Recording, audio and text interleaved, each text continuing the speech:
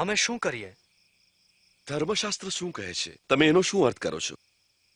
તું પ્રભુ તારા ઈશ્વરને પૂરા હૃદય, પૂરો જીવ, પૂરી શક્તિ, પૂરા મનથી પ્રેમ કર. પાડોશીને પોતાના સમાન પ્રેમ કર. ઠીક કહ્યું. એમ જ કરો તો જીવશો. મારો પડોશી કોણ છે? પેલા સૈનિકો નહીં. તો કાયસર હશે. એકવાર એક માણસ યરુશાલેમથી યરીખો જઈ રહ્યો હતો. જ્યારે ડાકુએ હુમલો કર્યો, કપડા ઉતાર્યા, માર્યો ને અધમુઓ છોડીને ચાલ્યા ગયા. ત્યારે એમ થયું કે એક ધર્મગુરુ ત્યાં થઈને આવ્યા.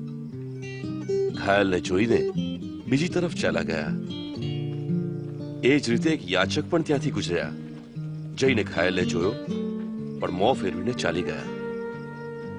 પણ એક સમરૂણી જે એ રસ્તે થઈને જતા હતા, ઘાયલ મનુષ્ય પાસે આવ્યા. તેને જોઈને દિલ દયાથી ભરાઈ આવ્યો. એઓએ ઘાયલ પાસે જઈ ઘા પર તેલ તથા દ્રાક્ષા રસ લગાવી પટ્ટી બાંધી. પછી પોતાની સવારી પર બેસાડીને ધર્મશાળા લઈ ગયા, જ્યાં સેવા કરી.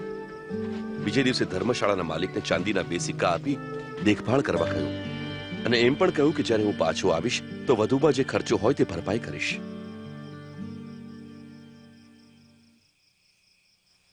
આ 3માંથી કોણે ઘાયલ માણસ પ્રત્યે પાડોશીનું કર્તવ્ય નિભાવ્યું?